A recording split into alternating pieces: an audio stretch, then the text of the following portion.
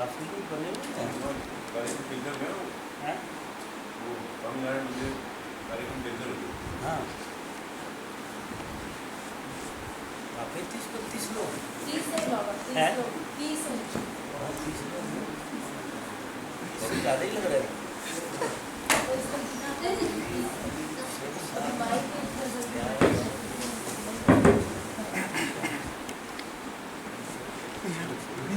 सामने वहाँ लगा वहाँ नहीं वो थोड़ा ऊपर होना से भी यही लगे कलर। हमारा यही इसमें आज आपका गाउन गंदा हो गया। नहीं बाबा, वो जाने की तैयारी थी ना, वो वहाँ जा रहे थे, फिर रेखा माँ ने बोला कि बहुत भीड़ होगी तो कैंसिल हो गया। और मेरे पास 3 जोड़ी है, हैं? 3 जोड़ी लाता हूँ मैं। 3 जोड़ी कपड़े लाए। 3 ड्रेस मेरे पास, गाउन 3 जोड़ी है मेरे पास। और वहाँ से सीधे इधर आ गया मैं। वो पिछली बार गए थे ना, वैसी भीड़ थी वहाँ पर। रेखा माँ ने बताया कि पिछली बार जो प्रोग्राम था अपन लोग गए थे, हाँ, तो बोले मत जाओ, तो हम लोग गए नहीं फिर वहाँ। खैर उस दिन तो संडे था। दोस्ती का वो फर्क था महिला नहीं, वो अभी भी है गुजरात में, क्योंकि उस दिन क्या था कि आखिरी दिन संडे, उसकी वजह से रस कई गुना था। आज शायद इतना नहीं होगा, लेकिन वो कोई देखा हुआ तो नहीं आता। सो घुमाना तो पड़ेगा ही कुछ भी करके हो। कुछ तो हाँ सुनील उसको कोई जानने वाला नहीं है। सुनील जी का एक ये हाँ बिल्कुल किसी बात मत करो, बाबा है ना, थोड़ा नीचे मैं सब तो बाल लग जाते कल ही हैं। नहीं। इधर लगाऊं, इसको इस तरफ लगा दूं। हाँ नहीं, हाँ ये वाला नहीं। इस तरफ से क्या दिखता है? वो उसका वो कुछ आपस में कुछ सिग्नल।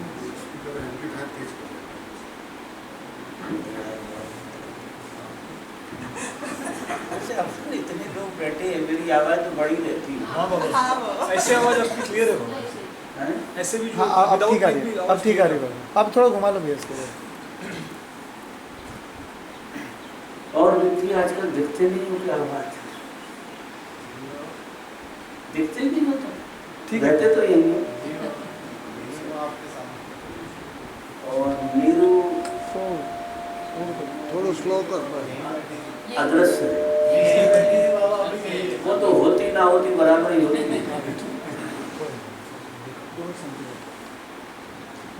ठीक हो गया? हाँ आवाज आ रही है? आ रही है। आज आप लोगों को इस विषय पर बात करवानी है। कौन सा देगा?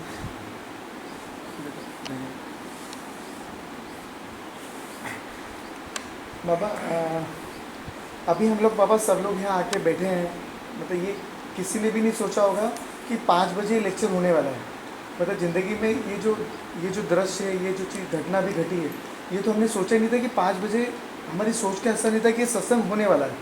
ऐसे ही बाबा रात को अगर हम एनालिसिस करें कि दिन भर में जितनी घटना हुई, एक भी घटना बाबा ऐसी नहीं देखते हैं कि वो हमने सोची और घटी होगी, वो अपने आप ही घट रही है। या बाबा पिछला जीवन में देखते हैं जितनी भी घटनाएं घटी है, वो तो अपने आप ही कोई ना कोई दृश्य, कोई ना कोई घटना घटती जा रही है और हमारी सोच का हिस्सा नहीं है जो भी है।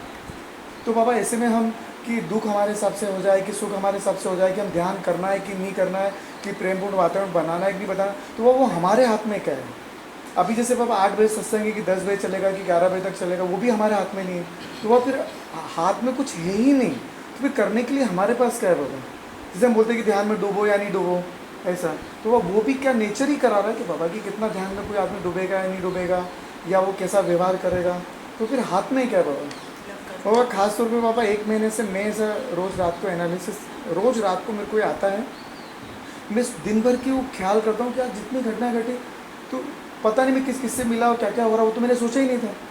वो पिछला जीवन भी ऐसा कि वो नहीं सोचा था, तो बाबा आगे जो होने वाला वो भी नहीं सोचेंगे, तो फिर इंसान के हाथ में ही क्या है बाबा। फिर वहाँ ये आ जाता है कि ध्यान में डूबना है, दुख से लड़ो या सुख से लड़ो, जो भी कुछ हो रहा है, तो बाबा तो बिल्कुल हेल्पलेस जैसी स्थिति बाबा कि वास्तव में हमारे हाथ में कुछ नहीं है, सब अपने आप चीज़ें घटेगी बाबा। क्या है देखिए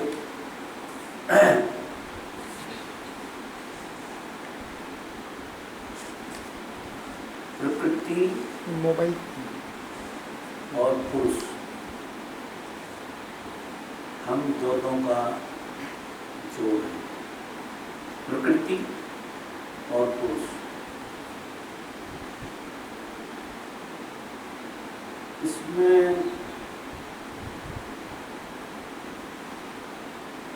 जो भी प्रत्यक्ष और अप्रत्यक्ष घटनाएं घटती हैं,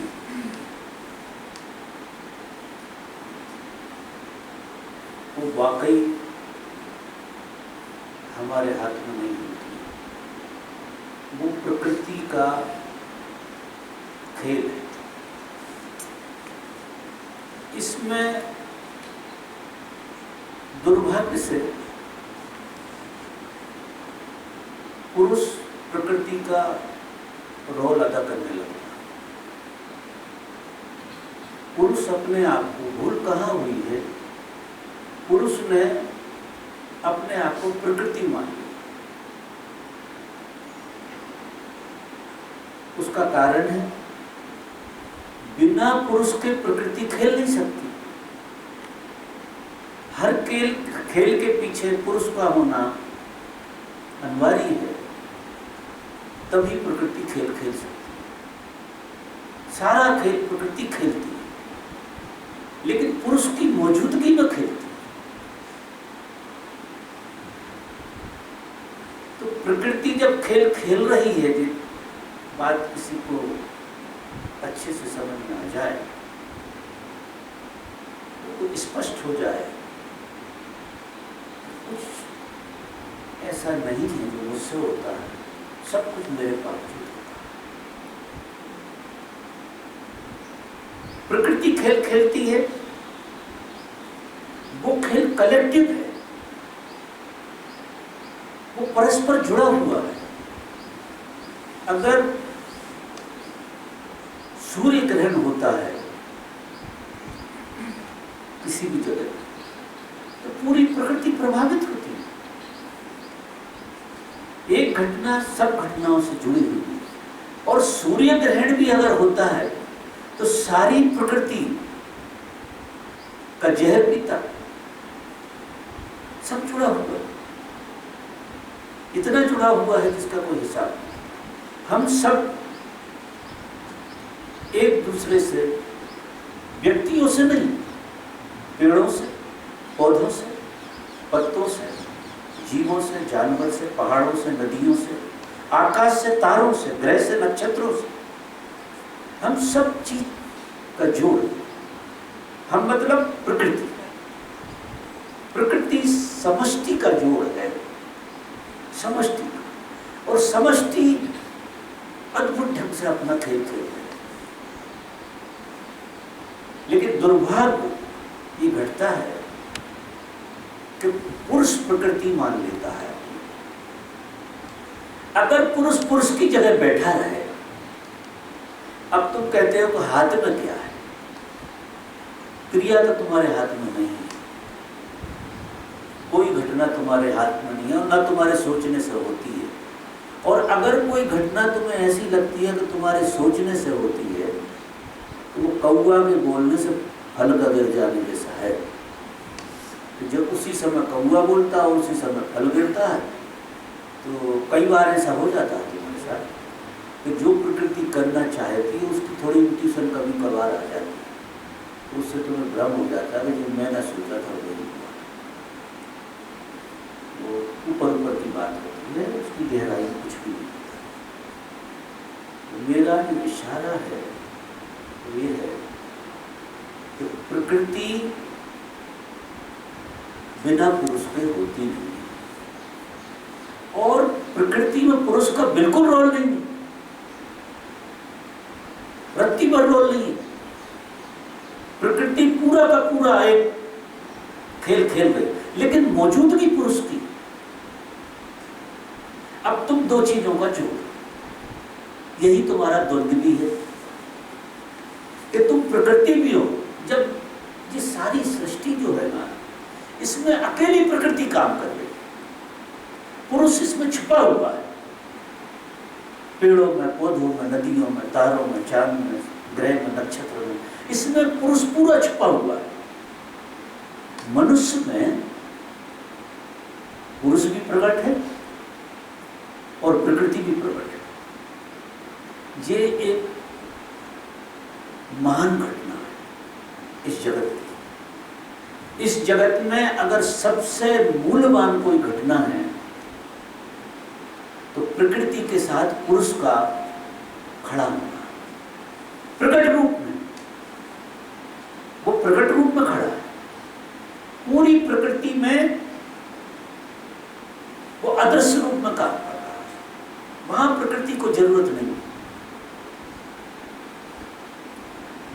वो उसे ये ख्याल भी नहीं होता कि पुरुष है, कि वो अदृश्य रूप से प्रकृति में काम कर रहा है। कल परसों एक लेक्चर में कोई बात हुई थी या और पहले, ये सारी प्रकृति परमात्मा के गर्भ में, पूरी प्रकृति। और गर्भ में माँ क्या करती है? कुछ भी नहीं करती। डेवलपमेंट अपने से होता रहता है। माँ को क्या करना पड़ता है? क्या वो आंख बनाने जाती है, क्या नाक बनाने जाती है? अंदर घुस के गर्भ में हर चीज एक हार्मोनी में, एक व्यवस्था में अपने से हो जाती है और बच्चा बाहर निकल आता है। मनुष्य में क्या हुआ तो परमात्मा गर्भ के बाहर आ गया। प्रकृति में, वो गर्भ में, सारी प्रकृति परमात्मा के गर्भ में, या यूं कहें कि एक हिस्सा प्रकृति का गर्भ के बाहर आ गया, जो पुरुष हो। तुम बहुत गहरे पुरुष, तुम्हारा होना बहुत गहरे में, और पुरुष की कोई क्रिया नहीं है। पुरुष को किसी क्रिया की जरूरत नहीं है। पुरुष का होना पर्याप्त है, केवल होना पर्याप्त है। और प्रकृति उसकी मौजूदगी में, जिस तरह से माँ गर्भ में अपने आप प्रकृति संभालती थी, अब यहां सिर्फ तुम्हारी मौजूदगी संभालती है सारा खेल। जो गर्भ में माँ की दशा थी, क्योंकि वो सब अंदर का खेल था, अब पुरुष बाहर आ गया, तो पुरुष को सिर्फ मौजूद होना है। और जैसे जैसे पुरुष मौजूद होगा, वैसे वैसे प्रकृति एक अद्भुत लयबद्धता में उसके चारों तरफ काम करेगी। यानी प्रकृति तो लयबद्धता में ही काम करती है, लेकिन जब तुम पुरुष की तरह जीते हो, बीइंग की तरह जीते हो, होने की तरह जीते हो, तो तुम्हें इस पूरी लयबद्धता का पता लगता है। क्योंकि तुम्हारा जो अचेतन है वो तो प्रकृति ही है पूरा। तुम सिर्फ पुरुष, तुम्हारे विचार, तुम्हारे भाव, तुम्हारी तरंगें, तुम्हारी वासनाएं, तुम्हारी मान्यताएं, ये सब प्राकृतिक है। ये प्रकृति का खेल, ये ऊहापोह, ये सब प्राकृतिक है। ये प्रकृति तत्व है, वो प्रकृति जी रही है, उसका हिस्सा जीना। पुरुष का काम सिर्फ देखना है। पुरुष सिर्फ मौजूद रहे, और जब पुरुष मौजूद होता है तो प्रकृति की लयबद्धता को देख पाता है। गर्भ में प्रकृति काम करे, देखने वाला कोई नहीं, इसलिए उसका बहुत बड़ा मीनिंग नहीं। यहां प्रकृति काम कर रही है, उसको देखने वाला है। क्योंकि जो तुम करते हो उसे जाने अनजाने तुम जानते तो हो, करते नहीं हो लेकिन जानते तो। वो घटना का बोध तो तुम्हें होता है। ये बोध किसको? यही पुरुष जिसे बोध होता है। पुरुष को परमात्मा भी कहा है, पुरुष को साक्षी भी कहा है, और पुरुष को आत्मा भी कहा। संतों ने उसे आत्मा की तरह बोल सकते हैं, परमात्मा की तरह बोल सकते हैं, और साइंटिफिक ढंग है तुम्हारा तो दृष्टा की तरह बोल सकते हैं, साक्षी की तरह बोल सकते हैं। अब सारी प्रकृति तुम्हारे चारों तरफ गजब का खेल खेल रही। लेकिन चूंकि पुरुष अगर बोधपूर्ण नहीं है, पुरुष स्वयं बोधपूर्ण नहीं है, तो ये प्रकृति के खेल को वो अपने हाथों से उठाने की कोशिश करे। जब अपने में नहीं होगा तो वो प्रकृति के साथ डूब जाएगा। क्योंकि पुरुष प्रकृति के साथ डूबा हुआ था, कभी डूबा हुआ था। जब तुम प्रकृति थे तो पुरुष उसमें सोया था। जब पूरी प्रकृति में पुरुष सोया, सोए का मतलब ये है परमात्मा पूरी प्रकृति में सोए सोए काम कर लेता, उसे जागने की जरूरत नहीं। ये सारी प्रकृति का खेल तो वो सोए सोए चला गया। अब ये जो हमारी प्रकृति, हम प्रकृति भी, प्रकृति ही है, प्रकृति का हिस्सा भी और पुरुष भी। तो अगर पुरुष पुरुष ना रहेगा तो प्रकृति प्रकृति के हिसाब से काम करने लगेगी और पुरुष सो जाएगा। जब पुरुष सो जाएगा तो प्रकृति के हिसाब से काम, तो पुरुष तो राजी नहीं होगा, क्योंकि पुरुष का खेल है सारे विज्ञान का अनुभव कर। तो पुरुष का जन्म ही इसलिए हुआ है। परमात्मा अपनी सृष्टि देखना चाहता है, अपनी लीला। तो परमात्मा अपनी लीला देखने के लिए गर्भ के बाहर आए, तुम आश्चर्य करो। और एक मनुष्य में ही वो अपनी लीला देख सकता है कि उसने क्या लीला रची। अब मां लीला कब देखेगी? जब बच्चा बाहर आए तभी देखेगी। और बच्चा भी बाहर ही आकर लीला देखेगा, कौन सी लीला घट रही। अब गर्भ में कौन सी लीला है? तो क्या गर्भ ही में पड़े रहोगे? अगर पुरुष जागा नहीं है तो तुम फिर गर्भ में पड़े हो। और पुरुष होके अगर गर्भ में ही पड़े रहो तो क्षमा नहीं किए जाओगे, मानो कोई और क्षमा करने वाला नहीं, तुम्हें क्षमा नहीं कर सकते। क्योंकि जिस खेल के लिए तुम जो खेल देखने आए थे, अगर वो खेल नहीं देख पाए तो बार बार फिर गर्भों के चक्कर लगाओ, फिर बार बार तुम्हें फिर प्रकृति बाहर फेंकती है और बार बार तुम्हें फिर पुरुष बनाती है।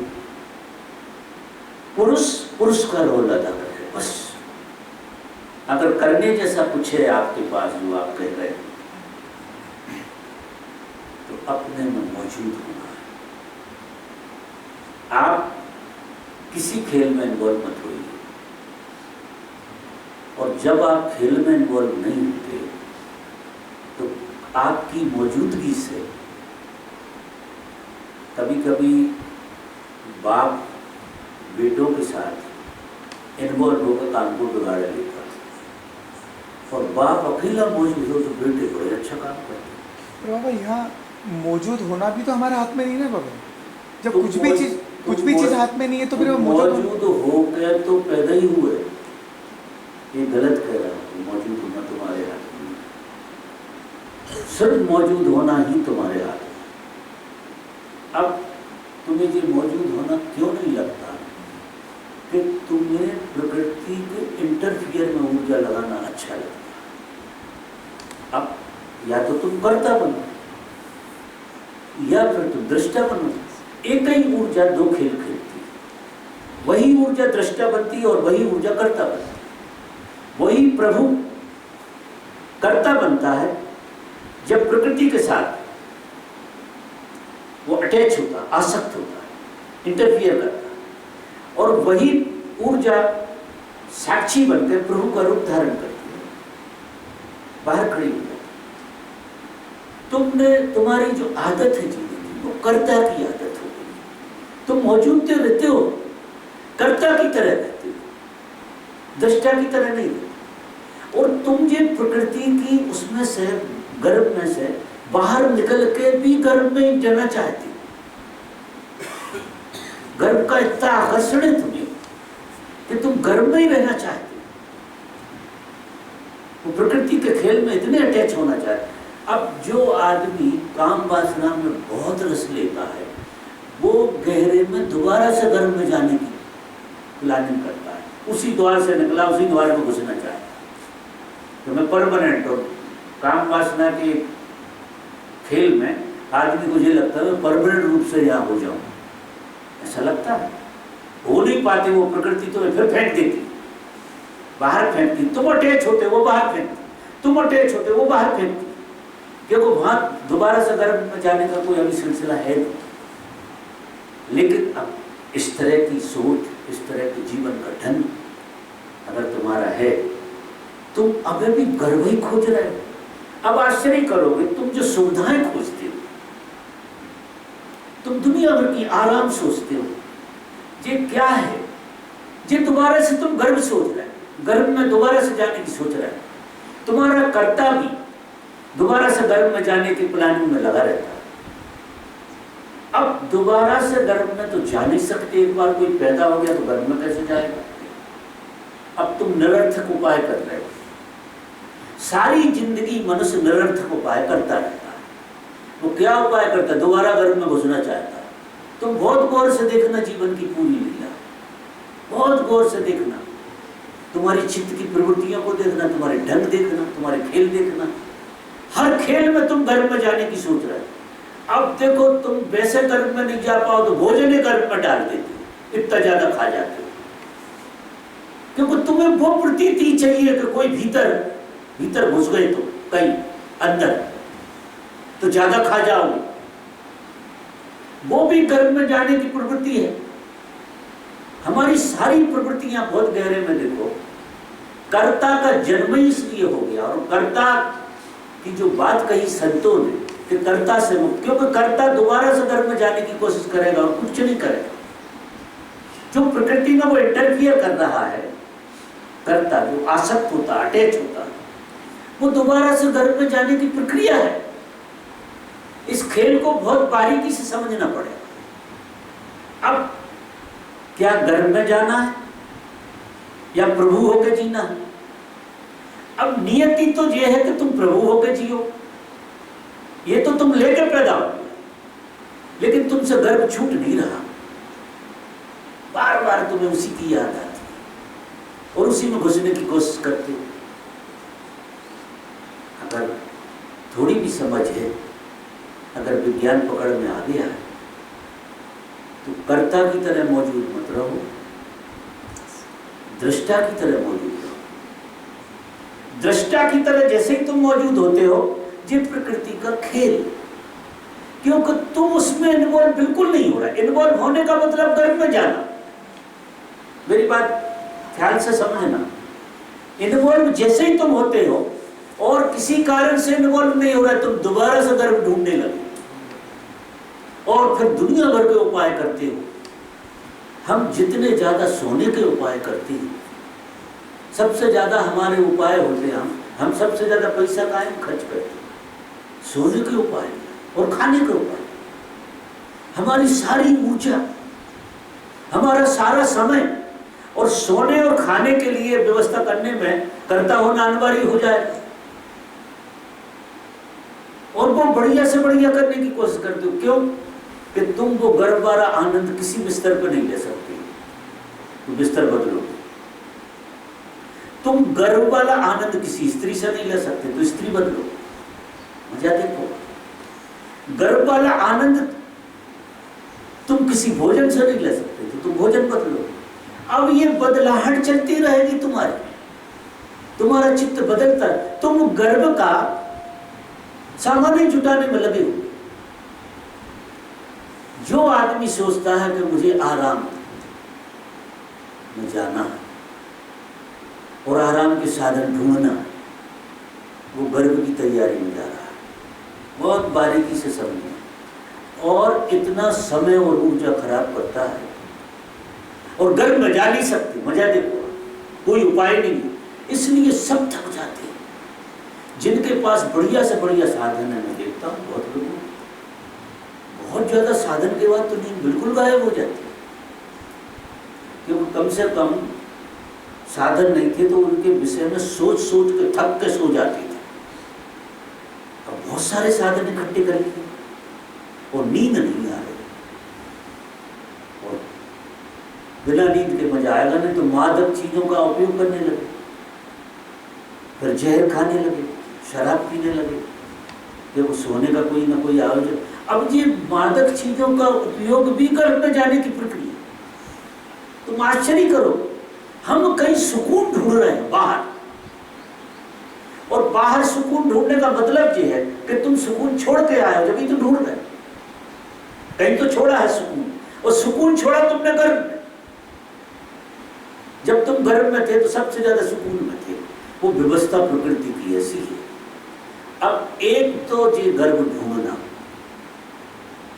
और एक तुम परमात्मा के गर्भ में चले जाओ। धर्म कहता है कि तुम जब अपने साक्षी होने लगो, तो ये सारा जगत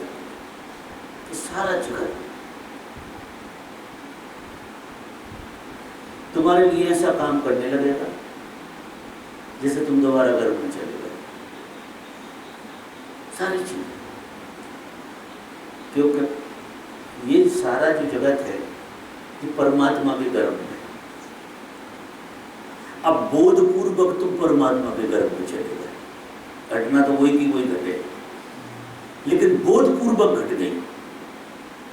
अब बोधपूर्वक जब तुम परमात्मा के गर्भ में जाओगे, तो जो गर्भ में तो पीड़ा थी तुम्हें, क्योंकि गर्भ में क्या था, तो माँ को धक्का लग रहा था, तो उतना धक्का तो लगता था। माँ चीखती चिल्लाती थी तो भीतर कोई रोना गाना शुरू हो जाता था, कहीं से ना कहीं से तो पीड़ा रहती थी। और जब तुम परमात्मा के गर्भ में बोधपूर्वक हो गए, इन सारी प्रकृति में किसी को पता नहीं कि ये गर्भ में है परमात्मा। एक मनुष्य जो है उसकी संभावना है कि ये पता लगा ले कि वो गर्भ में है, और है वो परमात्मा के गर्भ में है। क्योंकि यहां चाहे कोई ज्ञानी हो, चाहे ध्यानी हो, चाहे भक्त हो, चाहे कोई हो, दोबारा से परमात्मा के गर्भ में जाना। और पहले हम परमात्मा के गर्भ में ही थे, जब प्रकृति तत्व थे। जब कोई आदमी समग्रता से होशपूर्वक होता है तो पुनः परमात्मा के गर्भ में चला जाता है। ना वह साक्षी की जरूरत है, ना समर्पण की जरूरत है, ना ध्यान की जरूरत है, ना साधना की जरूरत है। तुम हो ही उसके गर्भ में। अब इसका बोध जग जाना। ये सारी जो रामायण है, ये सिर्फ बोध जगाने की है कि तुम परमात्मा के गर्भ में पहले से ही हो। क्योंकि जब तुम उस प्रकृति के गर्भ से बाहर निकले, तो सिर्फ जो ऊहापोह तुम्हें इसलिए होते हैं कि तुम्हें इस बात का पता लग जाए कि तुम हो, और फिर तुम कहां हो, इस बात का, तुम कौन हो, इस बात का पता लग जाए। तो क्या पता लगता है कि तुम परमात्मा के गर्भ में। अब परमात्मा के गर्भ में जो आदमी, उसे फिर कुछ सोचना पड़ेगा। उसे तो भी लटके झटके भी नहीं आएंगे जो मां से लगती थी, उसे तो हवा भी नहीं छुएगी बाहर की। और सारी प्रकृति, जैसे माँ का पूरा सिस्टम बच्चे के सहयोग में हो जाता है, ऐसी सारी प्रकृति तुम्हारे प्रेम में पड़ेगी। तुम आनंद में रहो, क्योंकि तुम गर्भ में हो, तुम हो ही नहीं। और जो गर्भ में होता उसे होने का भी पता नहीं होता। बच्चा जब गर्भ में होता तो होने का कहाँ पता होता। तो जिस तरह से तुम अगर इस खेल को खेल रहे, ऐसा दोबारा से गर्भ में जाओगे तो बात नहीं बनी, तुमने रिवर्स लगाया। और ऐसे तुम गर्भ में जाओगे, जाना गर्भ में ही है। या तो प्रकृति के गर्भ में चले जाओ, प्रकृति हो जाओ, जो तुम होने की कोशिश कर रहे हो, जो होकर तुम आए, लेकिन वहां तुम्हें होने का बोध नहीं है। ये चांद, तारे, सूरज, पूरा ब्रह्मांड, ग्रह, तारे, नक्षत्र और धरती, पाताल, आकाश, जीव जंतु, पहाड़, नदियां, सब ये हैं तो सही, ये परमात्मा के गर्भ में, लेकिन इन्हें होने का बोध नहीं। जब तुम इसमें से सब में से गुजर गए, जब तुम्हारा जन्म हुआ, तो बच्चा जब पहले जन्मता है तो वो उसके अंदर से एक वो चीज निकलती है। वो जो रोता है ना, वो रोता इसलिए कि उसे लगता है मैं कहाँ हूँ, वो परिचय नहीं हो पा रहा, वो अकेला पड़ गया। घर में तो जरूरत ही नहीं, पहली बार उसे पता लगा होने का, अब होने का जब पता लगा तो कहाँ हूँ फिर, उस चक्कर में रोता है जब बच्चे का जन्म होता है, और कोई कारण से नहीं रोता, उस चक्कर से रोता है कि मैं कहाँ हूँ। और फिर जैसे जैसे बड़ा होता है तो वो कहता मैं माँ के पास हूँ, मैं इधर हूँ, ये सारे झूठे ठिकाने बना लेता है और अपने आप को आश्वस्त होने की कोशिश करता है। लेकिन ये प्रश्न जो है हमेशा ही बना रहेगा, ये बना ही रहेगा, क्योंकि तुम यहाँ एक अज्ञात लोक में आ गए, बिल्कुल अज्ञात लोक। जैसे बच्चे का जन्म होता है तो वो अज्ञात लोक में आता है, इसलिए अभी तुम्हें ख्याल आ रहा होगा कि तुम ज्ञात लोक में, लेकिन बहुत गहरे में तुम अज्ञात लोक। यहाँ तुम्हें किसी चीज का कोई भी पता नहीं है। जो तुम देखते हो, जो तुम सुनते हो, जो तुम बोलते हो, जो तुम अनुभव करते हो, वो सारी चीजें तुम्हारी अटकलें हैं। और अटकलें ऐसी हैं कि सारे लोग वैसी भाषा बोलते, वैसी तुम बोलने लगते हो, काम चल जाता, काम चला लेते हो। लेकिन गहरे में अज्ञान की पीड़ा के लिए जी रहे हो, और बार बार तुम उस अज्ञात लोक में जहाँ से तुम आए हो, उस अज्ञात लोक में दोबारा सरकने की कोशिश करते हो। तो क्यों करते हो मालूम? ये सारे नशे क्यों चले? कि जी जो तुम्हें होने का पता लग गया, यही दुख का कारण हो गया, अगर गहरे से भी। और दुख का कारण क्या है? अब तुम क्या करना चाहते हो कि तुम्हारे होने को भुलाने की कोशिश कर रहे हो। तुम्हारे होने को तुम गजब गजब तरीके से भुला रहे हो। कोई पति होकर भुला रहा, कोई पत्नी होकर भुला रहा, कोई अमीर होकर भुला रहा, कोई गरीब होकर भुला रहा। अब इसमें तुम सब अपने होने को भुला रहे हो। अपने होने को भूल जाओ, भले गरीब हो जाओ, आश्वस्त तो हो गए कम से कम, मैं गरीब हूँ, चलो ठीक। क्योंकि अपना गरीब हो ना अमीर हो ना कुछ ना, और हो फिर प्रश्न पैदा हो जाएगा कि अगर हो तो फिर क्या हो, वो अत्यंतिक प्रश्न खड़ा हो जाए। इसलिए आदमी उस अपने होने को कभी छूता नहीं, कभी भी आदमी अपनी तरफ नहीं देखता, क्योंकि अपनी तरफ अगर देखोगे तो ये प्रश्न खड़ा होता है।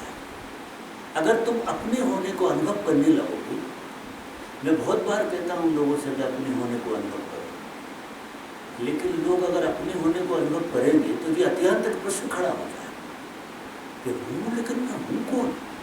तो ये सस्ता है कि मैं पति हूँ, इतना उपद्रव करूँ का? तो पति होकर राजी हो जाए, फिर घर न गए। अगर तुम कुछ होकर जा रहे हो तो तुम फिर नीचे रबर्स लगाते हो, तुम कहीं ना कहीं जाना चाहे। अब तुम शुद्ध होने में जियो। अब तुम कहते हो कि हाथ में क्या है?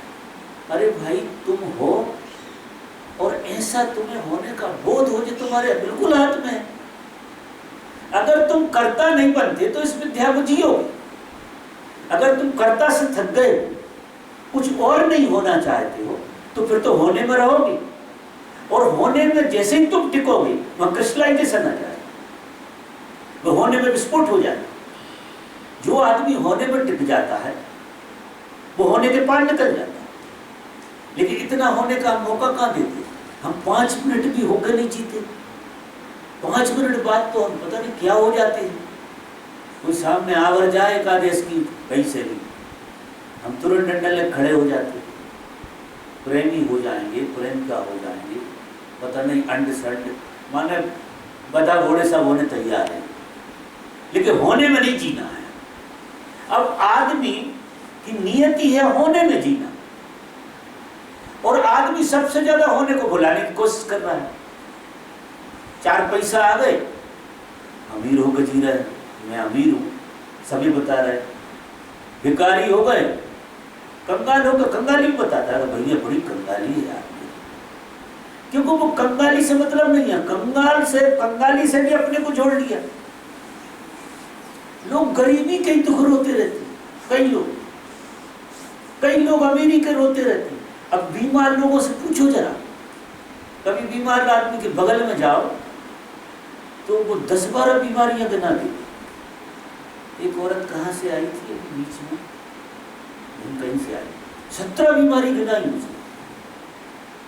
कि मुझे अपेंडिक्स भी है, मेरा हार्ट का भी हो गया है, थायराइड भी है, पाइल भी है। अरे वो क्या गिना रही, और ऐसे गिना रही शान से जैसे इसकी सारी पूंजी हो, वो ऐसे गिनाती। कारण क्या, भले ही हम बीमार होने का बोध तो हो रहा है। अब मनुष्य जो है बिना हुए नहीं रह सकता। मजा देखो, मनुष्य बिना हुए तो एक क्षण नहीं जी सकता।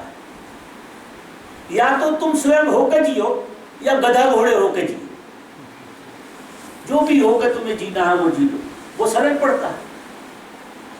लड़की होकर जी लो, लड़का होकर जी लो, गरीब होकर जी लो। अब हम दिन भर क्या करते हैं, हमारे होने पे लेवल चढ़ाते रहते, और लेवल चढ़ा के हम खुद को धोखा देते हैं।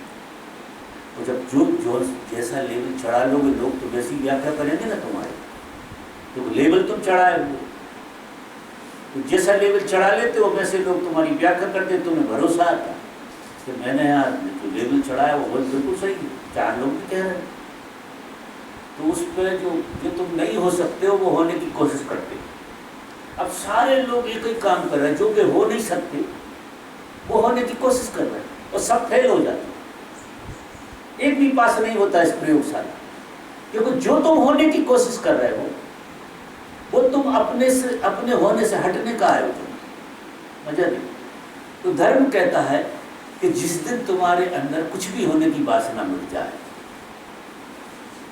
कुछ भी होने की, कुछ भी, क्योंकि ये होने की वासना ही तुम्हें एक कदम, देखिए आप में और माया में एक कदम का फर्क है। कोई आदमी इतना ज्यादा भटका है ऐसा नहीं मानता हूं, बड़ा विचित्र खेल है। आदमी सिर्फ एक कदम भटकता है, और हमेशा ही एक एक कदम ही भटकता है। अच्छा, जब तुम एक कदम भटक जाते हो तुम्हारा होना पीछा करता है।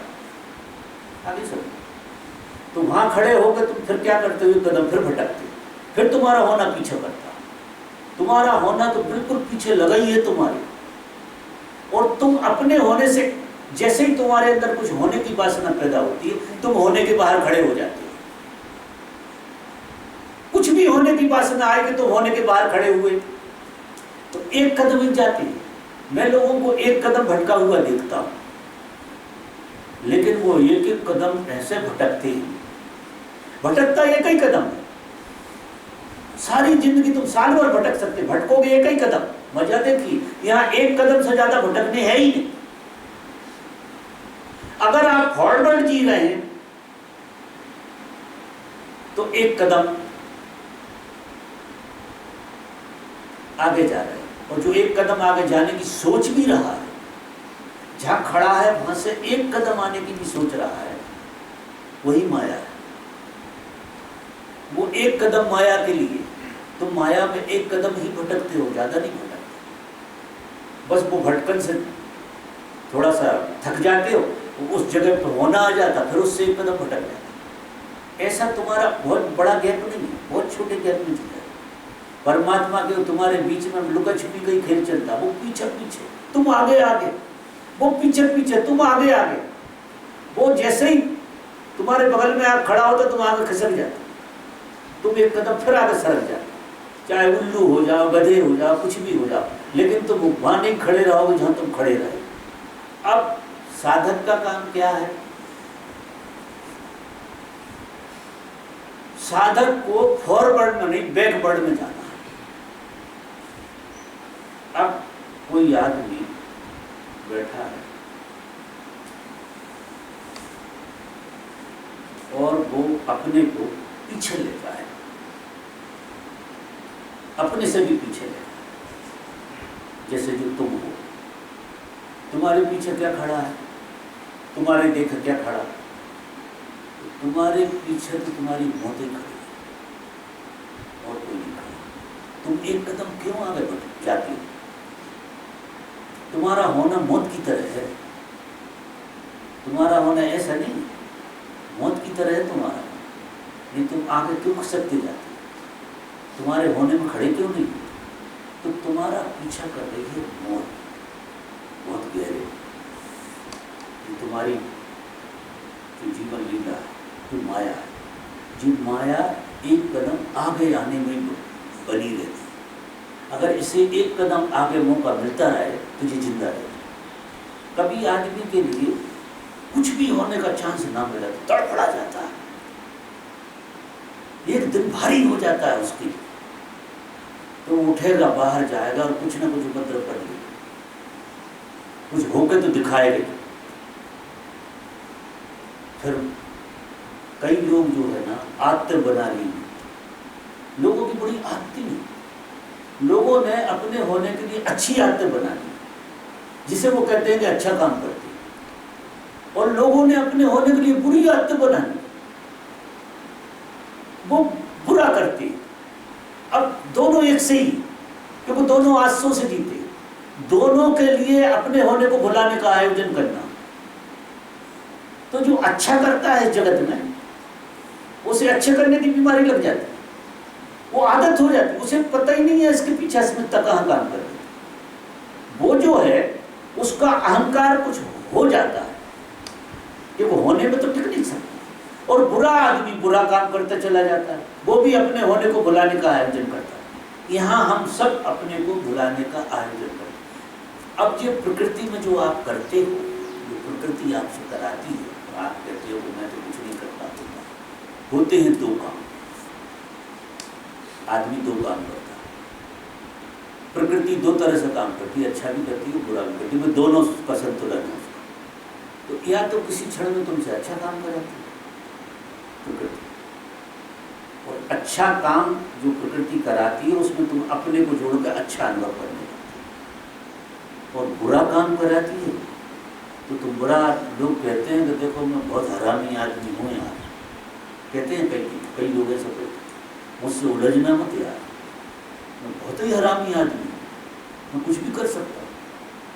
अब बुरे के साथ भी गजब आत्मसात होते हैं लोग, और उसको बड़े गौरव से कहते हैं मैं महाहरामी हूँ।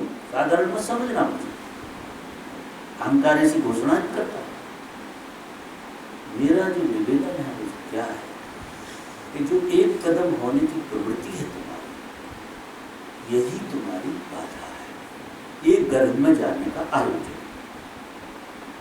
और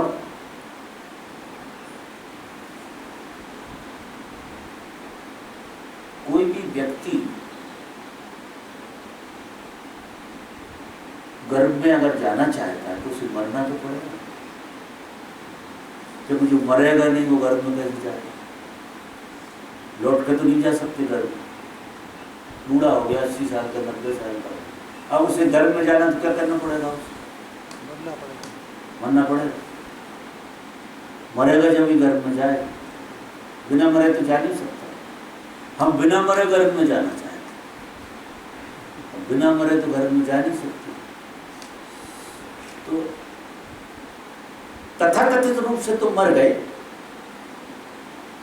तथाकथित रूप से तो तुम नहीं मरे, तुम्हें मारा गया, वो तो आत्महत्या होती है। कोई अपनी से मरता है उसे तो मार डाला जाता है, पेड़ पर से गिर के मर जाता है, गाड़ी से ठुक कर मर जाता है, कैंसर से ग्रस्त होकर मर जाता है, टीबी से मर जाता है, इससे मर जाता है, उससे मर। इसमें तुम्हारा क्या रोल, ये तो तुम्हें मौत मार रही। और धर्म कहता है स्वयं से मरो। धर्म क्या बोलता है, अगर प्रकृति मारेगी तो फिर आग उसमें ले लेगी, फिर वही गर्भ का चक्कर उसने गर्भ में डाल दिया और वो एक रिपीटेशन होगा, फिर तुम्हें जन्म लेना पड़ेगा। ये गोरख धंधे में हम बहुत दिन से फंसे हुए और आप उसी की तलाश में रहते हैं, क्योंकि हम गर्भ ढूंढ रहे हैं। अब गर्भ में तो आपका प्रवेश जब मिलेगा जब आपको प्रकृति मार डाले। तो बहुत तुरा से जो लोग गर्भ को ढूंढते हैं उनके एक्सीडेंट हो जाते हैं, बहुत तुरा से ढूंढ रहे हैं गर्भ। जो लोग जल्दी मरते हैं, कम उम्र में मरते हैं, तुरा से मरते हैं, वे वही लोग हैं जो गर्भ को ज़्यादा ढूंढते रहते हैं। इतनी जल्दी है उन्हें गर्भ में जाने की, तो प्रकृति ठोक देती है, 40, 50, 160 ठोक जाते हैं किसी बस में, जाओ दोबारा से गर्भ में चले। ये ऐसे नहीं होते एक्सीडेंट, बहुत गजब का विज्ञान है, ऐसे कोई नहीं मरता। जो गर्भ की लालसा से ज़्यादा भरा है उसे प्रकृति मार देती है। तो चल भैया अब तू यहाँ रहने लायक है नहीं, क्योंकि तू सही मौत में तो जाने वाला नहीं, पुरुष हो गए तो तुझे जीना नहीं है, तुझे तो मृत्यु होकर जीना है। तो प्रकृति ठोक देती है और मर जाता है आदमी, या फिर हार्ट अटैक आ जाए, या ऐसे ही बैठे बैठे मर जाए, या फिर बिस्तर पर पड़े पड़े मर जाए, लेकिन सबको मौत मारती है। ऐसे सब मौत पीछे से दबाती दबाती दबाती दबाती, क्योंकि तुम गर्भ की तलाश में, तो मौत मारेगी तुम। अब तुम अगर गर्भ की तलाश छोड़ दो तो मजाल है जो मौत तुम्हें मार दे, क्योंकि जीवन का मृत्यु से पूरा संबंध जुड़ा हुआ, ये दो नहीं है। जीवन की कामना से भरा हुआ आदमी, गर्भ की कामना से भरा हुआ आदमी मृत्यु को उपलब्ध होगा, मृत्यु खा जाएगी उसे। धर्म कहता है कि इस तरह से तो हम बहुत मरे। अब मृत्यु जो है निश्चित ही पीछा कर रही है आपका, ये तो तय है, ये पीछा कर रही है, और वो पीछा कर रही है और हम आगे भागते जा रहे हैं उससे, और भागने में हम वही गर्भ की खोज करते चले जाते। गर्भ की खोज क्या है? बहुत गहरे में जब तुम मृत्यु से निकल के गर्भ में आए थे, मृत्यु से निकल तुम गर्भ में आए थे, जन्म हुआ था तुम्हारा, बहुत गहरे में तुम अगर उसी वासना से भरोगे, जन्म की वासना से भरोगे, तो मृत्यु में से तो पार होना पड़ेगा, मृत्यु तुम्हें पकड़े। धर्म बिल्कुल अलग बात कहता है। धर्म कहता है कि मृत्यु तुम्हारे पीछे है। अब पीछे है तो तुम्हें क्या कर सकते हो? जो तुम्हारे पीछे बंदूक लेकर खड़ा है, समझ लो कि अब जब भाग भाग के थक गए, भाग भाग के थक गए, तो फिर क्या करोगे? समर्पण करोगे कि नहीं? क्या करो? शेर पीछे लग गया तुम्हारे, चलो शेर पीछे लगा, सबके पीछे शेर लगे, सब के पीछे शेर लगे हो, सब भाग रहे हैं, और जहां तक जिससे आयोजन बनता है कि शेर को धोखा कैसे देता है।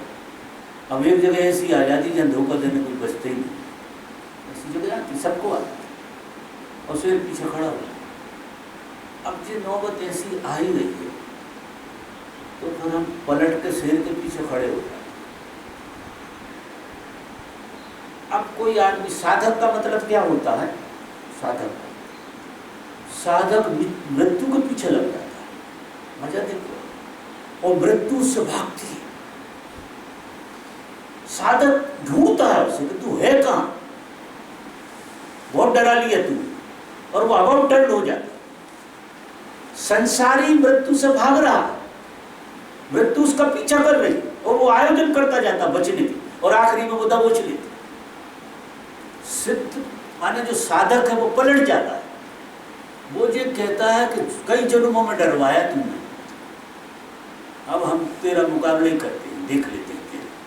तो जैसे ही वो पलटता है मृत्यु भाग जाती है, और वो पीछे होता है कि तू जाएगी कब, मैं तुझे देखता हूं, और वो पीछे पीछे जाता है। ये सब साधना उसी की। ये ध्यान जो है ना, ये मृत्यु के पीछे लग जाना है, मृत्यु से डरना नहीं। ध्यानी आदमी मृत्यु के पीछे लग गया, उसने कहा हम देखते हैं तुम्हें, तुमने हमें बहुत देखा, बहुत सताया है, आखिर हो क्या तुम चीज। और धीरे धीरे करते करते करते करते वो इतना मजबूत हो जाता है कि मृत्यु उससे थक जाती है। जैसे तुम सरेंडर हो जाते हो, ऐसे मृत्यु सरेंडर हो जाती है उसके आगे। और मजा देखो कि मृत्यु होती नहीं, सिर्फ एक घूमना होती, और वो आदमी गजब का हंसता है, और उस मृत्यु में जिसका प्रवेश हो जाता है वो परमात्मा के गर्भ में चला। क्योंकि परमात्मा के गर्भ में जाने के लिए आपको मृत्यु के द्वार से प्रवेश करना पड़ेगा। तो साधक मृत्यु को ढूंढता है। अब देखो साधुओं की हालतें, ये ऐसे ही नहीं होते जो कुंभ मेले में आते हैं, इधर उधर जाते हैं, उसकी पीड़ा चाह रहा है, लेकिन ये सब ने चैलेंज कर रखा मृत्यु। जहाँ जहाँ मृत्यु की खलक मिलती वहाँ बैठ जाते जा रहे, दिखाओ जरा जलवा तुम्हारा। साधना करते हैं, ध्यान ही तो बहुत मजबूती से बैठ जाते, तो ध्यान में डर किस बात का है? अगर मृत्यु तुम्हारा पीछा कर रही है तो तुम ध्यानी नहीं हो,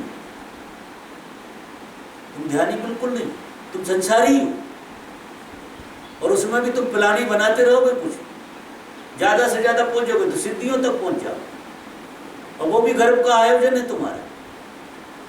तो इस अवस्था में आदमी कब जाएगा? जब यहाँ गर्भ ढूंढना बंद कर दे। अब यहाँ संसार में जितने कर्म हम कर रहे हैं सब गर्भ ढूंढ रहे हैं, और मृत्यु तुम्हें दबोच का गर्भ में घुसेड़ देती, चले जाओ। वो तो वो सोने तो ये अच्छी क्लियर बात कर रही, थोड़े लोग बढ़िया हो गए, नहीं तुम गधा भी हो सकते हो, घोड़े भी हो सकते हो, मच्छर भी हो सकते हो, कुत्ता भी हो सकते हो, सांप भी हो सकते हो। कुछ तुम्हें गर्भ की इतनी जल्दी है कि आदमियों को नहीं मिले तो घोड़े के मिल जाए, इतनी जल्दी में हो। कि आदमी का गर्भ नहीं मिला तो सांप का मिल जाए, इतनी जल्दी में हो, इतनी तुरा है तुम्हें गर्भ में जाने की। और हमारी सारी तुरा जीवन की, हम गर्भ में से आए हो, गर्भ नहीं जाना चाहते। अगर बहुत गहरे में विज्ञान को समझोगे तो ऐसा है। अब इस विज्ञान को तुम प्रभु हो, प्रभु और प्रकृति का मिलन हुआ है, परमात्मा पुरुष और प्रकृति का मिलन है, और तुम पुरुष हो। तुम किस गरिमा को लेके आए हो? ये अद्भुत गरिमा हुई है, ये प्रकृति का पूरा एवोल्यूशन हुआ है। प्रकृति तुम्हें जो मनुष्य की देह मिली है, ये अद्भुत चमत्कारों में से समझना बहुत बड़ा चमत्कार है, क्योंकि तुम होते हो और तुम्हें होने का बोध होता है, तो तुम इस प्रकृति के साक्षी हो सकते हो। ये परमात्मा की जो लीला है, इसको तुम अनुभव कर सकते हो, इसको तुम देख सकते हो, इसको तुम जान सकते हो, इसको तुम प्रेम कर सकते हो। ये परमात्मा की बड़ी सृष्टि है। इस सृष्टि को तुम्हें सिर्फ प्रेम करने के लिए भेजा है। परमात्मा जैसे तुम में प्रकट होना चाह रहा है, वो उसकी प्रकृति के प्रेम के लिए। एक तरफ वो वासना में अंधेरे में चल रही है गाड़ी, जो साधारण चलती, और एक तरफ ये प्रेम। तो प्रेम तो जब ही घटेगा जब तुम परमात्मा के घर में पहुंच जाओ, जब तुम मृत्यु को पार कर जाओ, क्योंकि सारे भय तो मृत्यु के, और मृत्यु को जो क्रॉस कर गया उसका पुनर्जन्म हो गया। और जब तुम्हारा पुनर्जन्म होता तो तुम काय के लिए जन्म हो? प्रेम के लिए। तुम सारी सृष्टि से प्रेम करोगे, और ये सारी सृष्टि गर्भ में से बाहर आई, ये तुम्हारा आह्वान होगा। सारी सृष्टि गर्भ में से बाहर आए, क्योंकि परमात्मा गर्भ में, और अगर इस तरफ नहीं जागता तो उधर से आएगा ही नहीं। ये ऐसी हारमोनी है, ऐसा अद्भुत खेल है, जिस आदमी को जब भी किसी आदमी को जो रहस्य खुलता है तो उसे क्या लगता है कि इस सत्य को जानने, अगर मुझे मच्छर, बिल्ली, कुत्ता हजार बार होना पड़े, सांप, बिच्छू, ततैया, जो भी लाख बार जन्म लेना पड़े, और उसके बाद अगर ये घटना घटे तो मरा जी। देखो वो ऐसी घटना है कि उसके आगे जो तुम समझते हो दुख तकलीफ है, ये कुछ भी नहीं है। जिसे तुम दुख तकलीफ कहते हो, ये तकलीफ हो रही, वो तकलीफ हो रही, ऐसा हो रहा, ये कहीं नहीं लगती है। इन सब चीजों का जहर पीने तैयार हो जाता वो आदमी। अगर ये घटना ऐसी है कि परमात्मा के साक्षात दीदार होते, पूरी सृष्टि परमात्मामय होती है, और इस दृश्य को देखना अद्भुत घटना होती है। अद्भुत घटना, परमात्मा भी तुम में तरसता है इस दृश्य को देखने। और जैसी स्थिति चल रही है, तो जैसे ही तुम अगर साक्षी नहीं, साक्षी की यात्रा नहीं तो कर्ता की यात्रा, और कर्ता की यात्रा याद रखना मेरी बात बार, कर्ता की, अगर तुम कुछ होना और पाना चाहते हो, तुम जहां बैठे हो कुछ भी होना चाहते हो और कुछ भी पाना चाहते हो, तो तुम एक ही चीज पाना चाहते हो, गर्भ। तुम दोबारा से मर के घुसना चाहते हो, बस। इससे ज्यादा फिर जब कितनी चीजें हो रही इनकी व्याख्या मत करो। तुम कितने खेल खेल रहे हो इनकी व्याख्या मत करो। ये सारे खेल उसी के अंतर्गत आते हैं, उसी एक खेल के अंतर्गत आते हैं, उसी एक खेल का आयोजन है जी। और तुम्हारा जन्म हुआ है वो एक खेल का आयोजन है कि तुम परमात्मा के गर्भ हो जाओ। तुम्हारा होना एक दूसरे खेल का आयोजन है। मजा देखो, सिर्फ दो ही काम हो सकते हैं, या तो तुम इधर गर्भ में घुस जाओ या उस अस्तित्व के गर्भ बन जाओ। तो जैसे ही तुम्हारे अंदर कर्ता विदा होता है और साक्षी का जन्म होता है, और साक्षी की वजह से तो सृष्टि में संचार होगा। तुम क्या देखोगे मालूम है, जब तुम साक्षी हो जाओगे, जब तुम इस मृत्यु को पार कर जाओगे, तो तुम्हें ऐसा लगेगा कि ये सारी प्रकृति तुम्हारा गर्भ है, ये सारी प्रकृति तुम्हारे गर्भ में पड़ेगी। तुम्हें जो परमात्मा का आत्यंतिक बोध है वो हो जाएगा कि सारी सृष्टि तुम्हारे गर्भ में है। और उसको देखने का जो तुम्हारा ढंग होगा, अब वो गर्भ में कितनी हारमोनी होती है, कितनी गजब की हारमोनी होती है। हर चीज की एक लयबद्धता है, हर चीज यहाँ इतनी सुंदर है, इतनी सुंदर है जिसका कोई हिसाब नहीं। गड़बड़ यहाँ कुछ भी नहीं है। ये तो हम गर्भ को ढूंढने के चक्कर में इसमें गड़बड़ पैदा करते, भागदौड़ मचाते। अब यहाँ तो भागदौड़ ऐसी चलती है कि गर्भ में सबसे पहले कौन जाता। अब जितने लोग जो कुछ भी ढूंढ रहे हैं वे सबसे पहले गर्भ में जाने की होड़ में लगे, चाहे टाटा हो, चाहे बिरला हो, चाहे कोई हो, चाहे कोई हो। जो आदमी आज भगवान ने बात कर रहे थे, जो उन्नति के बारे में सोचते, क्या उन्नति होगी तुम्हारी? जो उन्नति के कायदे से वो अवनति है, उन्नति नहीं, वो अवनति है, जिसे अपन उन्नति समझते हैं ना, कि हमारी उन्नति हो रही है। किसी की उन्नति नहीं होती। उन्नति तो एक ही बात में होती, जब तुम प्रभु के रास्ते में जाते हो, जब तुम होने वाले रास्ते से जाते हो तो उन्नति होती। और जिसे तुम उन्नति कहते हो, जो गर्भ ढूंढ रहे हो, तो जहाँ से आए थे वहीं घुसना चाहते, और सारे विचार उसी में घुसने की कोशिश करते हैं। और दूसरा कोई जैसे धंधा नहीं है, तुम्हारे खाने पीने से लगा के हर खेल उसी की तरफ जा रहा है पूरा। तो जहाँ से आ रहा है अगर वही बर्तन पूरा हो रहा है तो वो बर्तन नहीं कर रहा है। तुम एक छोटे बर्तन तो है वो, लेकिन बहुत छोटा बर्तन। अगर बर्तन ही बनाना तो बड़ा बनाओ, परमात्मा होके बनाओ। तो तुमने जो प्रश्न किया है कि हाथ में क्या है, सब कुछ तुम्हारे हाथ में, सब कुछ। क्योंकि कम से कम तुम्हारा होना तुम्हारे हाथ में नहीं आता। तुम्हारा होना थोड़ी देर के लिए, तुम्हारा होना इधर उधार दे दोगे क्या? तुम दे सकते हो? इस लड़की को तुम्हारा होना दे दो जरा 10-5 मिनट के लिए। तुम्हारे होने के बगैर तुम एक क्षण रह सकते हो क्या? भले ही सुनील होकर रह रहे हो, वो भी तुमने उधार दे रखा है सुनील को, तुम्हारा होना। और तुम जो भी कर्म कर रहे हो उधार देते रहते हो तुम्हारे होने। लेकिन क्या होना खत्म हो सकता है? क्योंकि तुम जो हुए हो वो होके हुए हो। तुम में जो मिलन हुआ है, तुम इस बात को समझो कि प्रकृति और पुरुष का यहाँ मिलन हुआ है, संगम हुआ है। प्रकृति पहली बार घटी ये घटना, सारी सृष्टि में मनुष्य में जो पहली बार घटना घटी, प्रकृति और पुरुष का मिलन है। प्रकृति और पुरुष एक जगह पर खड़े हुए, वहां अकेली प्रकृति है, पुरुष सोया हुआ। यहाँ प्रकृति और पुरुष दोनों जागे हुए। मुझे ये इतनी सुंदर घटना है और इतनी अद्भुत घटना है। अब इस घटना को जब तुम जियोगे तब इसमें जो निखार आएगा, पुरुष पुरुष में जिए और प्रकृति प्रकृति में जिए, प्रकृति होकर जिए, और पुरुष पुरुष का काम करे और प्रकृति प्रकृति का काम करे। पुरुष का केवल काम है मौजूद होना। जितना ज्यादा पुरुष मौजूद होगा, प्रकृति उसकी उतनी नाचेगी उसके आजू बाजू। और जितना पुरुष प्रकृति की तरफ दौड़ेगा, प्रकृति उतनी सताएगी। तुम कुछ भी पकड़ोगे छूट जाएगा, क्योंकि प्रकृति कहेगी गधा आ गया दोबारा से, बड़ी मुश्किल से अलग हुआ तो वहीं घुसना चाह रहा है, फिर प्रकृति में जाना चाह रहा है। तो पुरुष होकर जीना है, पुरुष होकर जियो। ये बात स्त्रियों और पुरुष की नहीं है, ये मैं दूसरी बात कह रहा हूँ।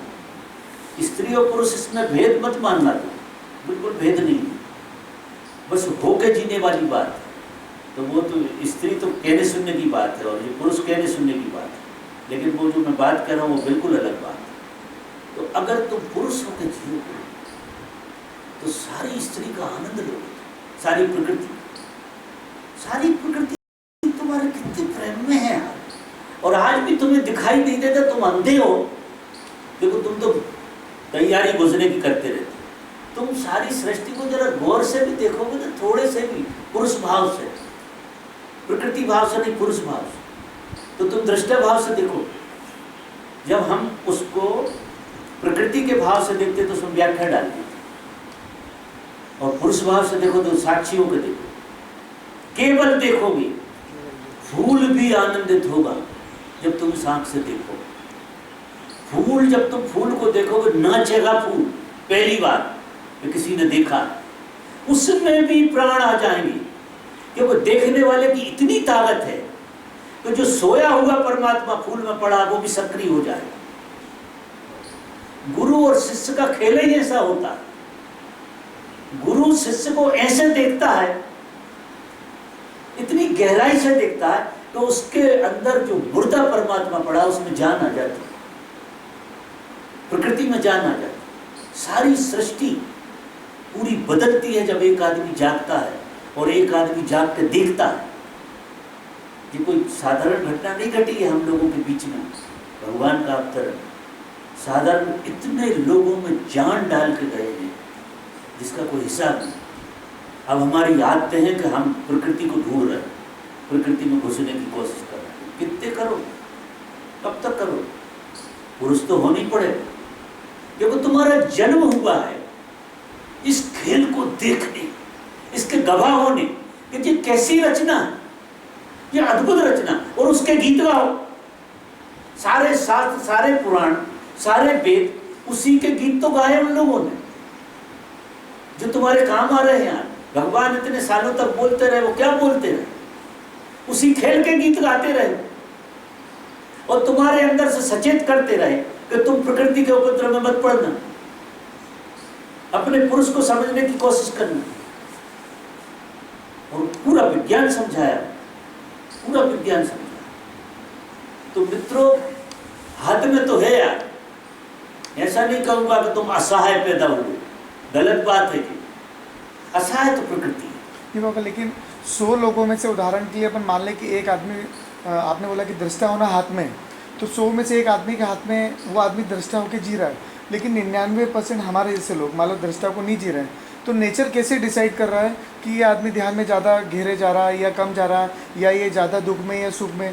तो नेचर किन मानदंडों से वो जीवन को लेकर जा रहा है? वो नेचर को कुछ लेना देना नहीं है इस बात से। नेचर अपना काम करता है, वो तो बिल्कुल तो वो घटनाएं किसे डिसाइड हो रही है? बिल्कुल नहीं सुनता नेचर, नेचर तुम्हारी नहीं सुनता, वो अपने ढंग से।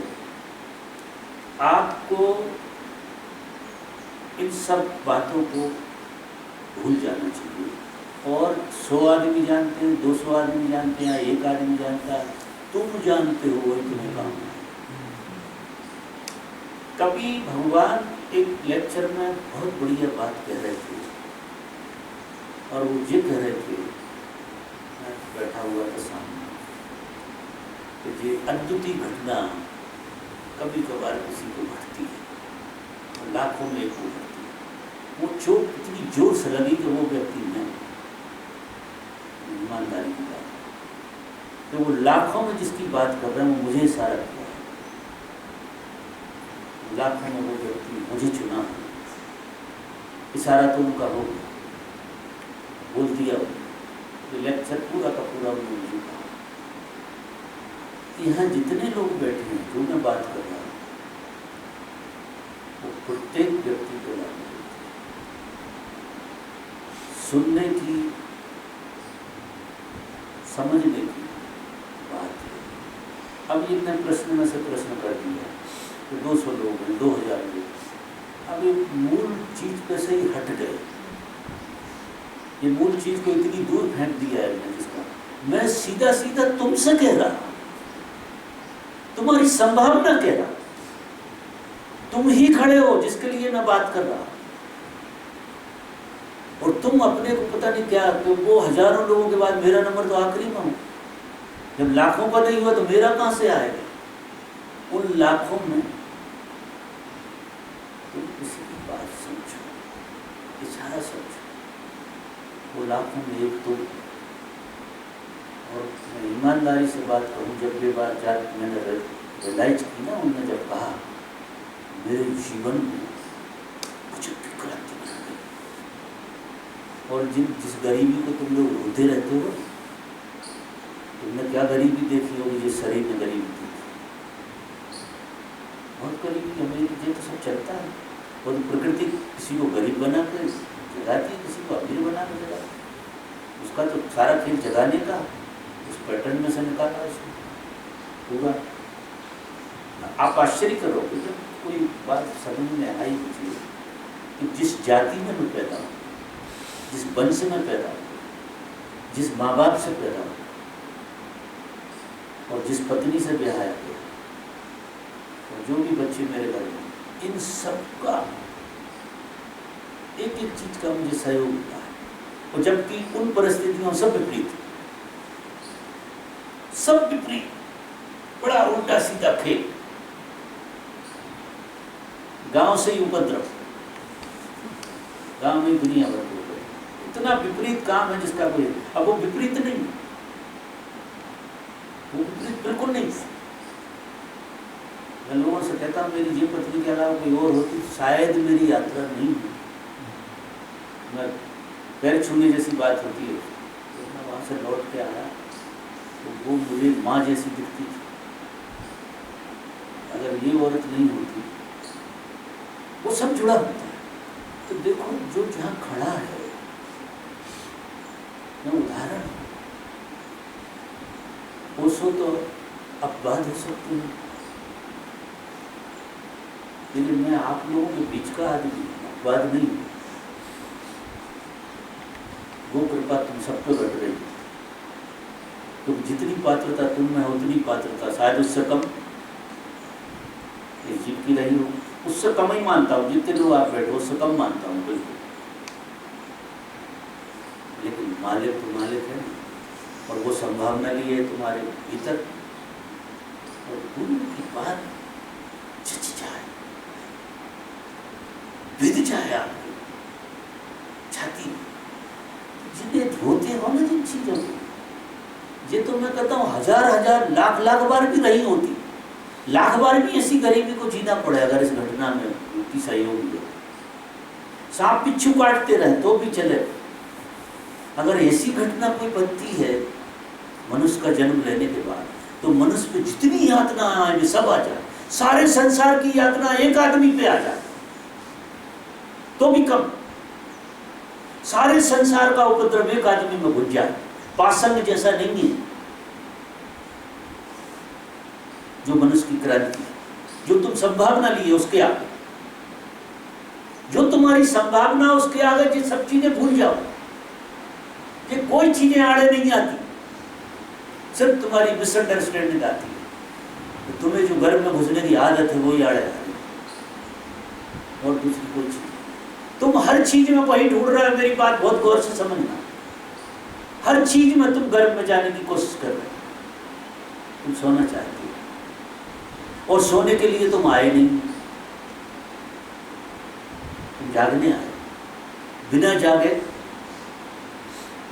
तुम स्वर्ग में जा नहीं सकते, और स्वर्ग के तुम हकदार, मजा नहीं, तुम स्वर्ग के हकदार, और बिना जागे स्वर्ग में जा नहीं सकते। तुम जागोगे तो मृत्यु के बाहर जाओगे, नहीं मृत्यु फिर पीछा कर रही, मृत्यु तुम्हें गर्भ में डाल देगी, गर्दन ही पकड़े रहती है पीछे, क्योंकि जैसे तुम गर्भ ढूंढोगे तो मृत्यु तो चाहिए, मृत्यु तो पीछा कर ही रही, तुम गर्भ में बिना मरे जा नहीं सकते। तो सारा आयोजन तुम मरने का कर रहे, कि जैसे मरे थे पहले ऐसे ही मर जाए, गर्भ तो मिल ही जाना चाहिए। क्या मिल जाएगा उसमें से तो निकल के आए, उसमें दोबारा क्या ढूंढ रहा है? अब ढूंढो, जरा बोलपूर्वक मर के देखो, अंधेरे में क्यों मरते? तो सारी यात्रा बदल जाती है, ये सारी सोच बदल जाती है हमारी। जितनी बातें लोग करते सब झूठ बोलते, मुझे एक आदमी सच्चा दिखाई नहीं देता, सब झूठ बहाने बनाते हैं। और गर्भ ढूंढ रहे हो तो यार उल्टे सीधे बहाने तो बनाओ। ईमानदार हो कि तुम ढूंढ क्या रहे हो, और जब तुम्हें साफ हो जाएगा कि तुम क्या ढूंढ रहे हो तो ढूंढना बंद हो जाएगा, ढूंढना ही बंद हो जाएगा। और ऐसे खड़े हो जाओ, और ऐसे खड़े जब हो जाओगे खेल ही बदल जाएगा, लीला बदल। तो मित्रों, संभावना सबकी है। मैं भी अपवाद नहीं हूँ, ओशो भी अपवाद नहीं है। और ऐसा मत समझना कि ओशो की दुनिया में बहुत लोगों की व्यवस्था बहुत अच्छी हो रही है, बहुत बढ़िया हो रही है, करीब करीब बहुत लोग पहुंचे होंगे। ऐसा मत समझना कि पास ऐसा नहीं कहता हो, बहुत अद्भुत कहता। और तुम सबकी संभावना इसकी मैं गारंटी दूं। लेकिन ये गर्भ की जो लत पड़ी है ना, लत, ये लत है और कुछ नहीं, लत पड़ना किया दारू पीना, ऐसी तुम्हें गर्भ में घुसेड़ने की आदत पड़ गई। हर काम तुम्हारा उसी की तरफ जा रहा है, ख्याल रखना। जो कर रहा है तुम, कोई ढूंढ रहे, जो आदमी सुख ढूंढ रहा बाहर, आराम ढूंढ रहा बाहर, व्यवस्था ढूंढ रहा बाहर, वो गर्भ ढूंढ रहा। और गर्भ में जाने की अनिवार्य शर्त है तो मरोगी, पीछे मौत। ढूंढो गर्भ। ये मेरी बात बहुत अच्छे से समझना। अगर ये सूत्र समझ में आ गया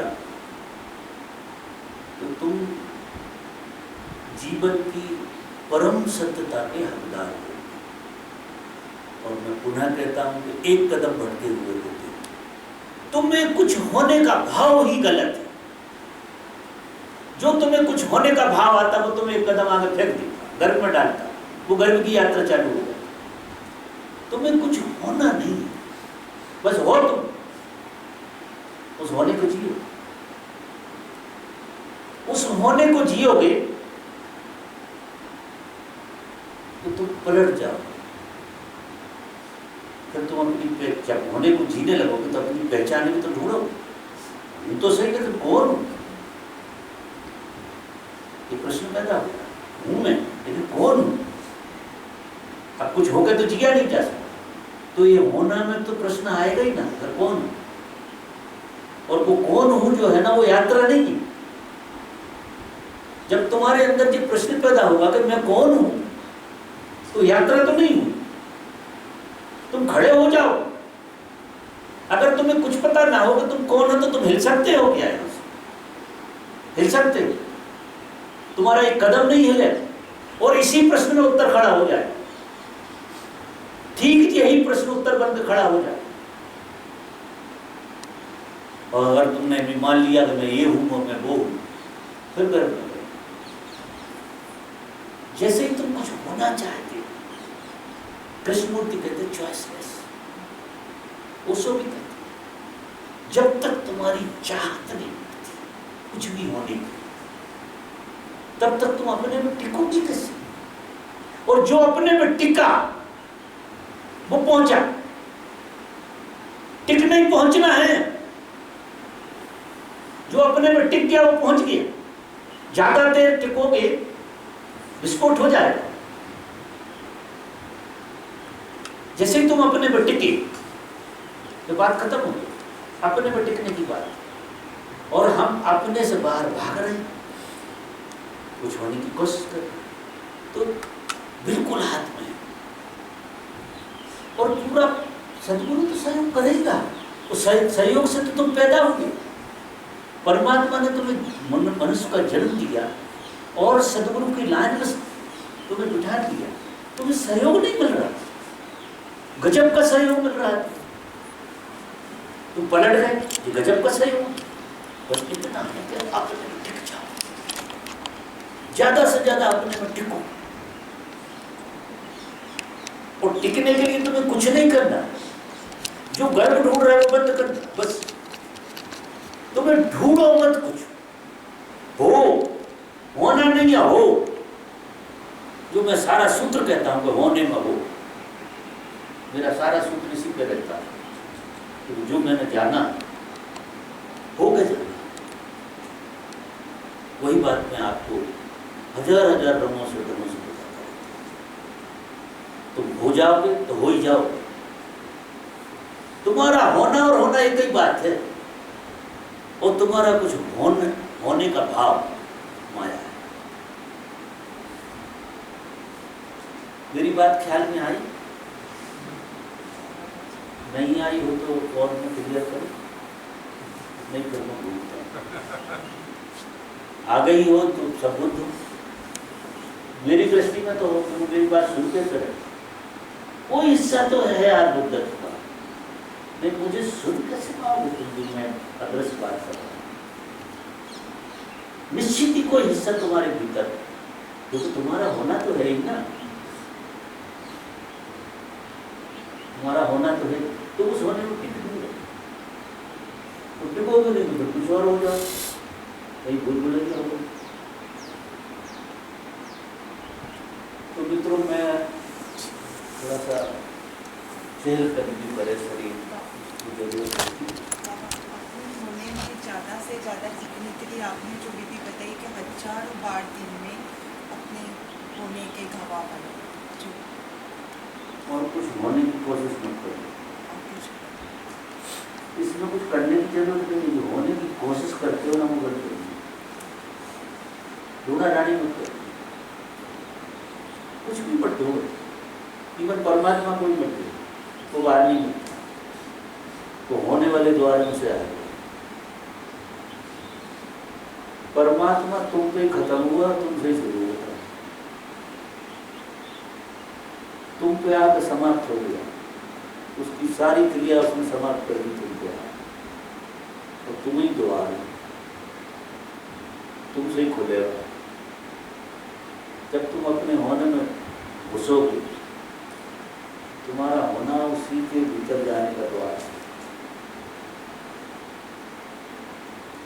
अंदर घुस जाओ, अपने ही अंदर घुस जाओ या उसके अंदर घुस जाओ। ज्यादा से ज्यादा होना तुम पकड़ नहीं सकते सीधा, लेकिन होने की वासना के प्रति जागृत तो हो सकते हो। उस वासना के साथ चलो ना। अभी तुम्हारा जो होना है देख के टिकेगा, तो वो तुम सीधे होने में नहीं आ सकते, लेकिन तुम्हारी वासना को देखने में तुम टिको। अभी देखने में टिकना सीखो, सीधा होना पकड़ में आएगा, लेकिन देखने से हर चीज को देखो, हो मत देखो। विचार को सब सिर्फ दृष्टा होता है। इसकी शुरुआत दृष्टा से। पहले तुम देखने वाले हो, देखो तुम्हारा निखालस होना जो है वो तुम्हें पता नहीं होगा, तो अभी तुम दृष्टा की तरह हो। और दृष्टा जब तक है जब तक दिखाई दे रही चीज, जब दिखाई देने वाली चीज खत्म हो जाएगी, दृष्टा शुद्ध रह जाएगा, तो यही होना होगा। ये दृष्टा गायब हो जाएगा और होने में कन्वर्ट हो जाएगा। जैसे मैं कहता हूँ कि जब होने को पकड़ना नहीं आता है, नहीं जाता, लेकिन दृष्टा तो आता, दृष्टा तो आता, दृष्टा से तो शुरू कर सकते, करता और दृष्टा दोनों चीजें पड़ जाती। तो जो चीज हो रही है उसके दृष्टा, उसके कर्ता नहीं करो, उसमें इंटरफियर मत करो, उसको देखो से। तो देखने वाला तत्व जो है ये होने में कन्वर्ट हो जाए, क्योंकि देखने वाला जब तक ही रहता जब तक दिखाई देता। जब तुम दृष्टा होगे तो चीजें धीरे धीरे करते करते करते करते खत्म होने लगेगी, दिखने वाली चीज कोई रहेगी, आंख बंद करेगी, सब दिखाई देना बंद हो जाएगा। और जब सब दिखाई देना बंद हो जाएगा तो दृष्टा भी चला जाएगा। और जब दृष्टा डूबता है तो होना प्रकट होता है। जैसे ही दृष्टा डूबेगा और साक्षी प्रकट हो जाएगा। साक्षी को सीधा कोई पकड़ नहीं सकता, इसलिए वो दृष्टा भाव की बात कहते हैं कि पहले तुम दृष्टा बनो और दृष्टा के बाद तुम साक्षी हो जाओ। तो अभी तुम कर्ता से दृष्टा बड़ा करीब है, साक्षी बहुत दूर, साक्षी कर्ता से काफी दूर। साक्षी कर्ता को नहीं समझ सकता सीधा, लेकिन दृष्टा कर्ता को समझता, तो करीब करीब। ये ऐसे मानो कि ये मन का ही एक हिस्सा है जो दृष्टा है, और जब ये दृष्टा खो जाएगा तो साक्षी मन का हिस्सा नहीं, साक्षी मन के पार की बात है। लेकिन अभी तो मन का ही उपयोग करना पड़ेगा। तो पहले दृष्टा बनो हर घटना, इनको देखो तो तुम सिर्फ दृष्टा हो, सिर्फ ये दिखाई दे रहा है, व्याख्या मत करो। जो चीज देख रहे हैं उसके दृष्टा हो, बाहर भी ऐसे थी वो भीतर भी ऐसे। अगर ये दृष्टा ठहर गया तो दृश्य गायब हो जाए पक्के, और दृश्य जैसे गायब होगी साक्षी का उदय हो जाए। साक्षी का उदय जो है मन नहीं देख सकता, मन की औकात नहीं है साक्षी को देख सकता। जैसे दृष्टा गया साक्षी प्रकट होता, और साक्षी स्वयं है, उसे कोई नहीं देखता, वो स्वयं प्रकाशित। दृष्टा को साक्षी का प्रकाश मिलता है, लेकिन साक्षी को किसी का प्रकाश नहीं। तो दृष्टा से शुरू करो, पकड़ में आए, मन को मन से ही पकड़ो, ये मन का हिस्सा निश्चित ही, लेकिन बड़ा कारगर है जो दृष्टा भाव है, वो पूरे मन को खा जाए। जब दृश्य नहीं बचेगा दृष्टा लाए, और फिर जो परम जो पीछे पड़ेगा।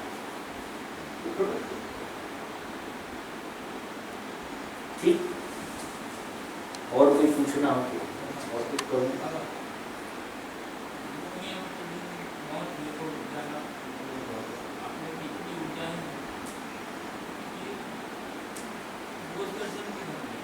आनंद हो, नाच होगा, वो तो सब कुछ अपार है, शब्दों के बाहर है। आज ये गुरु पूर्णिमा साधारण नहीं थी, मुझे पता है क्या कहाँ हुआ। ये अद्भुत घटना घटी, ये व्यर्थ नहीं गया प्रयोग, इसकी बड़ी कृपा हुई। वो मौजूद थे, वो खेल खेल रहे थे, ना कोई गा रहा था, ना कोई सुन रहा था, ना कोई बैठा था, ना कोई रो रहा था, ना कोई नाच रहा था, ना कोई देख रहा था। एक ऊर्जा ऐसा खेल खेल रही थी, सारी एक,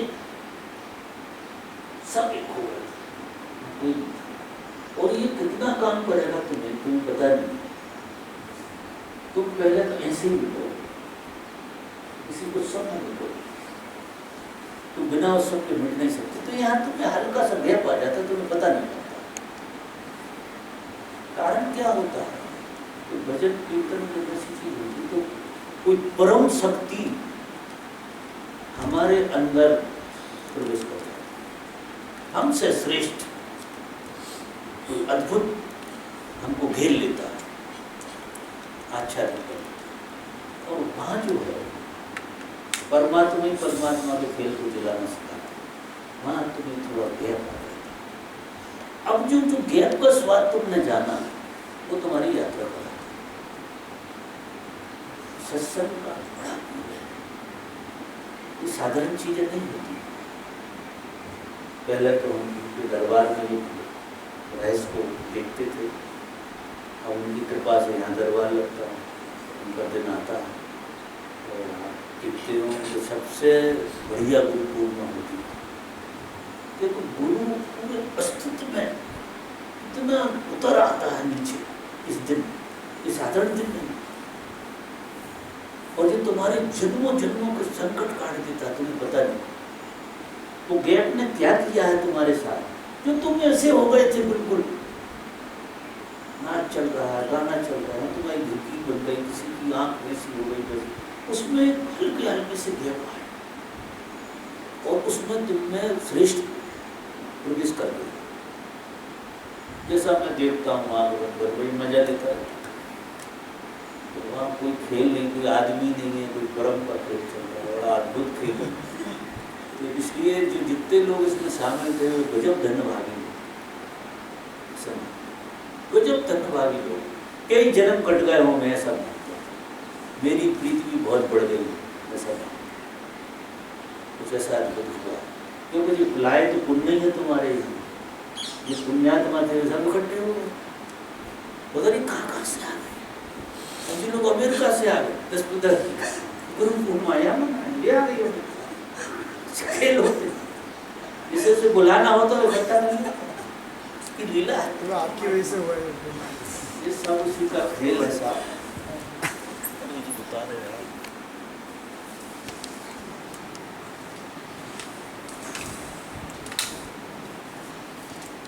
कहाँ से आए थे? यहाँ से, यहीं से।